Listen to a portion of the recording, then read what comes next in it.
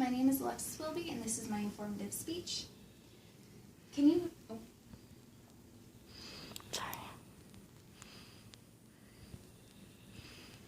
believe 10% of all coral reefs are located along a stretch of 2,300 kilometers in length? The Great Barrier Reef is the largest and the largest coral reef ecosystem in the world and is one of the healthiest.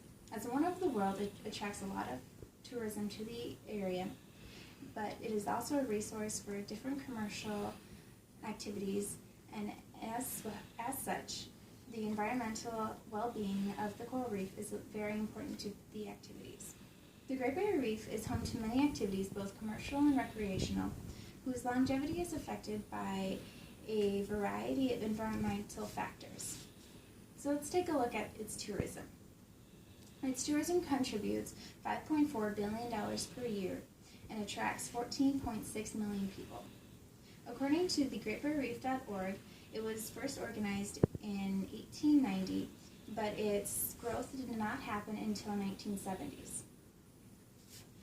So taking a look at underwater activities. First, there's snorkeling, where you can start off the beach or go from a boat, or scuba diving, where there's shallow and calm waters for the beginner scuba divers, or more deep for the more experienced. But if those are too traditional for you, you can go sea walking, where a special helmet is placed on your head so you can breathe normal, and you take a walk along the bottom of the ocean. Or there's scuba doing, where this special helmet is again placed on your head, but you're put on a underwater scooter, and you scoot around along the coral reefs. Or you can go on a submarine tour for 2. Now, looking at activities on the water, you can go kayaking from one island to another, or you can get on different sailboats, ranging from smaller tours of 20 people to the large cruise ships of 400 people.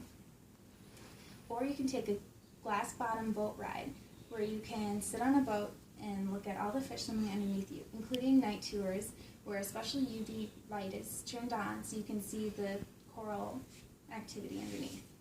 Looking at air activities for the Great Barrier Reef, there's hot ballooning and the hot ballooning capital of the Southern Hemisphere. Or you can take a helicopter ride over the water and the rainforest nearby. There's also long-range air tours where you fly from one island to another, exploring the islands over 12 days. And there's also skydiving with views of the ocean and the rainforest while landing on the beach.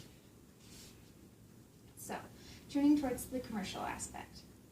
Fishing contributes $139 million per year to Australia from the Great Barrier Reef. There are 10 major fisheries, all searching out 55 to 60 species. And there's a total of 38,000 tons of fish per year that are extracted, but retained amount is only 14,000 tons. So the different types of fishing that they have are the net, the trawl, the line, and the pot fishing. There's also shipping in the Great Barrier Reef. There's 10 major ports, and they're highly monitored so that the environmental impacts are very small. There's designated shipping areas, but they all have access to 80% of the marine park.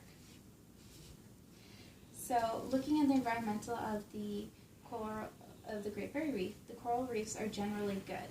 However, there's been a small decline in the last 22 years. And a lot of important species of the sea have been affected.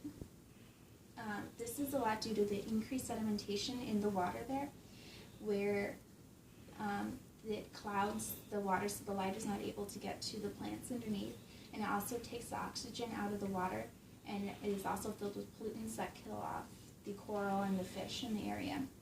The water is also becoming more acidic, and the water temperature is rising, causing calcification in the coral, and there has been 2 major bleaching episodes in this last decade, which is very bad.